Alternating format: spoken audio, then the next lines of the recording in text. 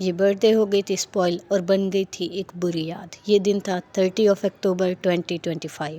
یہ دن تھا میری چھوٹی سی پرنسس کی برتھ ڈے کا دن، اور اس دن کو میں بہت زیادہ اسپیشل بنانا چاہ رہی تھی، بٹ افسوس کہ میں ناکام رہی۔ میری بہن کی بہت ساری وشز میں سے ایک وش یہ بھی ہے کہ وہ اپنی برتھ ڈے کو بہت اچھے طریقے سے سیلیبریٹ کرنا چاہ رہی تھی، اور میری چھوٹی سی بہن کی یہ وش پوری کرنے کے لیے میں نے 2-3 منتھ پہلے ہی پیسے جوڑنے اسٹارٹ کر دیے تھے۔ اور جب میں نے پاپا سے یہ بات کہی کہ مجھے یہ برتھ ڈے سیلیبریٹ کرنی ہے میری بہن کی، تو انہوں نے مجھے نہ کہہ دیا اور مجھے اجازت نہیں ملی۔ اب مجھے اجازت کیوں نہیں ملی، یہ بات آپ لوگوں کو ایکسپلین کرنے کے لیے میرا اتنا کہہ دینا کافی ہوگا کہ in some cities people are not giving the equal rights to the girls as comparison to boys. And finally بہت زیادہ اصرار اور منتیں کرنے کے بعد مجھے برتھ ڈے سیلیبریٹ کرنے کی اجازت تو مل گئی، لیکن اس شرط پر کہ اس کا جو بھی فائنینشلی خرچہ ہوگا وہ سارا مجھے اٹھانا پڑے گا، اور میری فیملی اس میں مجھے فائنینشلی سپورٹ نہیں کرنے والی ہے۔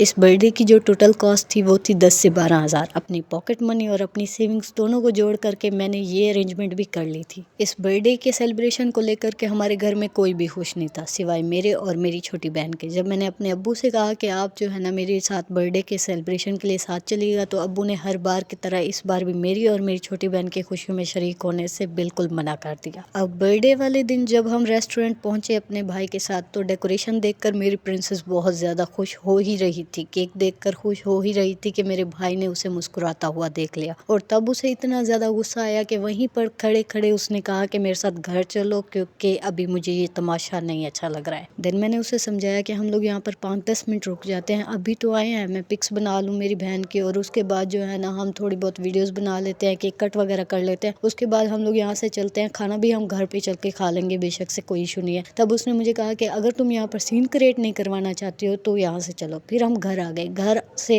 ریسٹورینٹ کے بیچ جو راستہ ہے، اور وہ پورا راستہ میری بہن روتی ہوئی آئی ہے۔ اس وقت میں نے خود کو جتنا بے بس محسوس کیا، آج سے پہلے، اس دن سے پہلے خود کو کبھی اتنا بے بس محسوس نہیں کیا تھا۔ تب مجھے ایک بات سمجھ آئی کہ پنجرہ اگر سونے کا بھی ہونا تب بھی وہ پنجرہ ہی ہوتا ہے۔ وہ ہم کمرے میں پہنچے تو میری بہن رونے لگ گئی، اور رونے کے بعد جو ہے نا میرا وہ بھائی جس نے یہ ساری باتیں کری تھی تو وہ کمرے میں آیا۔ مجھے لگا کہ وہ منانے آیا ہے، سوری کہنے آیا ہے، تو ابھی جو اس نے مجھ سے آ کر کہا وہ سننے کے لیے اور اس کو سمجھنے کے لیے آپ لوگ کو اپنا ذرا سا جو ہے نا دل بڑا کرنا پڑے گا، ٹھیک ہے؟